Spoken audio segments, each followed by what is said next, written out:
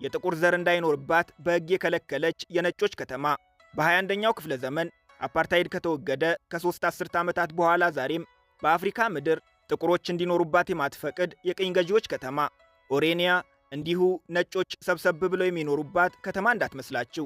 ደቡብ አፍሪካን ጎረቤት አገር እያለች የምትጠራ ኦሬኒያን የሚባሉ ዜጎች ያሏት፣ የራሷን ሰንደቅ ዓላማ የሰቀለች፣ የራሷን የገንዘብ ኖት ያተመች፣ በራሷ የትምህርት ሥርዓት የምትመራ የራስ ገዛ አይነት መዋቅር ያላት ከተማ ናት።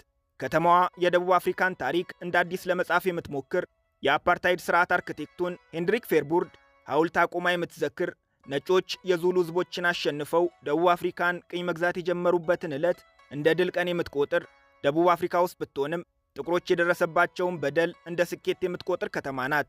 እንዲህ አይነት ከተማ እዚሁ በአህጉራችን አፍሪካ ውስጥ መገኘቷ ለማመን ሊከብዶት ይችላል። በደቡብ አፍሪካ ነጮች የኢኮኖሚውን የበላይነት መያዛቸውን ሰምተው ሊሆን ይችላል። ልዩነቱ የዚህን ያህል ሰፊ መሆኑን ግን በፍጹም ሊገምቱ አይችሉም። ነጮች ከደቡብ አፍሪካ የሕዝብ ቁጥር 8 ከመቶውን ብቻ ነው የሚይዙት።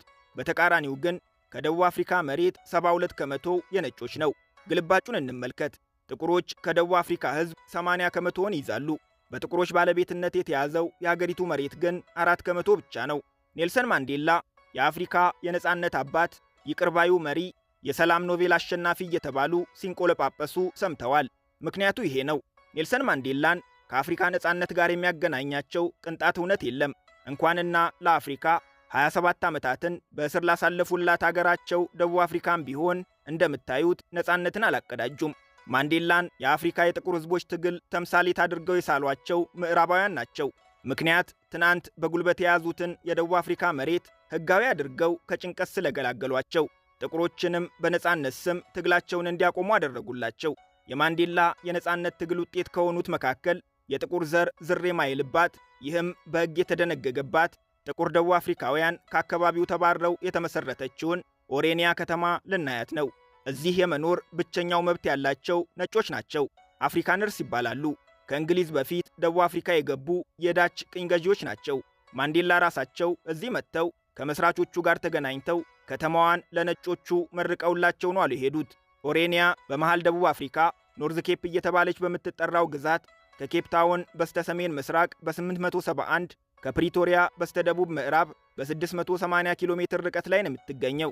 ኦሬንጅ ሪቨርን ታካ የተመሠረተችው ከተማ በ1991 ማለትም ደቡብ አፍሪካ ነፃ ከመውጣቷ ከ3 ዓመታት በፊት ነው የተቆረቆረችው። ዓላማውም ነጭ ኔዘርላንዳውያን ቅኝ ገዢዎች ከወንጀለኛ ጥቁሮች ርቀው ባህል፣ ቋንቋና ሃይማኖታቸው ሳይበረዝ በነፃነትና በሰላም የሚኖሩባትን ከተማ መፍጠር ነው። እስካሁን 3000 ነዋሪዎች አሏት። የነዋሪዎቿ ቁጥር በየዓመቱ በ15 ከመቶ ስለሚጨምር በቅርቡ 10,000 ሊደርስ እንደሚችል ነዋሪዎቿ ይገምታሉ።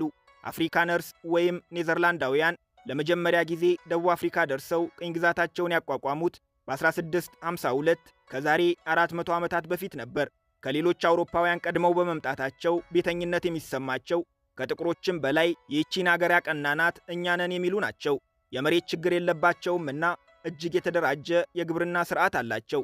በዓመት 2 እያመረቱ ምርቶቻቸውን ለደቡብ አፍሪካ ብሎም ለዓለም ገበያ ኤክስፖርት ያደርጋሉ። የደቡብ አፍሪካን ራንድ ላለመጠቀምም በከተማዋ ግብይት የሚፈጸመው እነሱ ኦራ ሲሉ በሰየሙት የራሳቸው የገንዘብ ኖት ነው። ኦራ ከደቡብ አፍሪካው ራንድ እኩል ዋጋ አለው። ኦራን የፈጠርነው አንድም ከኦራኒያ ውጪ ስለማያገለግል ገንዘባችንን ከዘራፊዎች ለመታደግ፣ ሁለትም እኛ በኦራ ስንገበያይ እውነተኛው ገንዘባችን በባንክ ስለሚቀመጥ ከወለዱ ለመጠቀም ነው ይላሉ። ከተማዋ በሌላው የደቡብ አፍሪካ ክፍል የማይገኝ የራሷ ባንክም አላት። ኦራኒያ ሴቪንግ ኤንድ ክሬዲት ወይም ኦራኒያ የቁጠባና የብድር ባንክ ይባላል። ያቋቋሙትም ባለቤቶቹም የከተማዋ ነዋሪዎች ናቸው። የራሳቸው የትምህርት ሥርዓት አላቸው። በትምህርት ቤቶቻቸው ከሌላው የደቡብ አፍሪካ ክፍል በተለየ ትምህርት የሚሰጠው በእንግሊዝኛ ሳይሆን አፍሪካንስ እየተባለ በሚጠራው የራሳቸው ቋንቋ ነው። ከቲዎሪ ይልቅ ኦሬኒያ የምትባለውን የወደፊቷን አገር ለመመስረት የሚያስችላቸውን ተግባራዊ ክህሎት የሚያገኙበት፣ ከቅድመ መደበኛ እስከ ከፍተኛ ደረጃ የሚማሩበት ነው። ከተማዋ የራሷ የመንገድ መሠረተ ልማት፣ የአውሮፕላን ማረፊያ፣ የሄሊኮፕተር ማኮብኮቢያና በኤሌክትሪክ የሚሠራ የብዙሃን ትራንስፖርትም አላት። በጤናው ዘርፍ የራሷ ሆስፒታል ያላት ሲሆን ከአቅም በላይ የሆነ ችግር ሲያጋጥም ታካሚዎችን ወደ ሪፈራል ሆስፒታሎች ይዘዋቸው የሚሄዱ ሄሊኮፕተሮችም አሏቸው። ኦራኒያ በሕዝብ የተመረጠ የራሷ አስተዳደር ያላት ሲሆን ይህም በደቡብ አፍሪካ መንግስት ዕውቅና ተሰጥቶታል።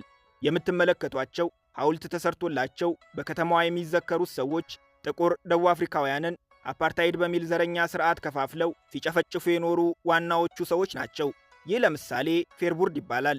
ሄንድሪክ ፌርቡርድ ማለት ጥቁር ከነጭ እኩል አይደለም፣ አንድ ላይ ሊቀመጥ፣ ሊጨብጥ፣ አንድ ላይ ሊማር፣ በአንድ ጎዳና ሊጓዝ፣ አንድ ባስ ሊሳፈር፣ አንድ መንደር ሊኖር አይገባውም የሚለው የአፓርታይድ ስርዓት አርክቴክትን የሚባልለት ሰው ነው። እዚሁ ደቡብ አፍሪካ ላይ በጥቁሮች ምድር ሐውልት ቆሞለት እንደ ታላቅ መሪ ይዘከራል።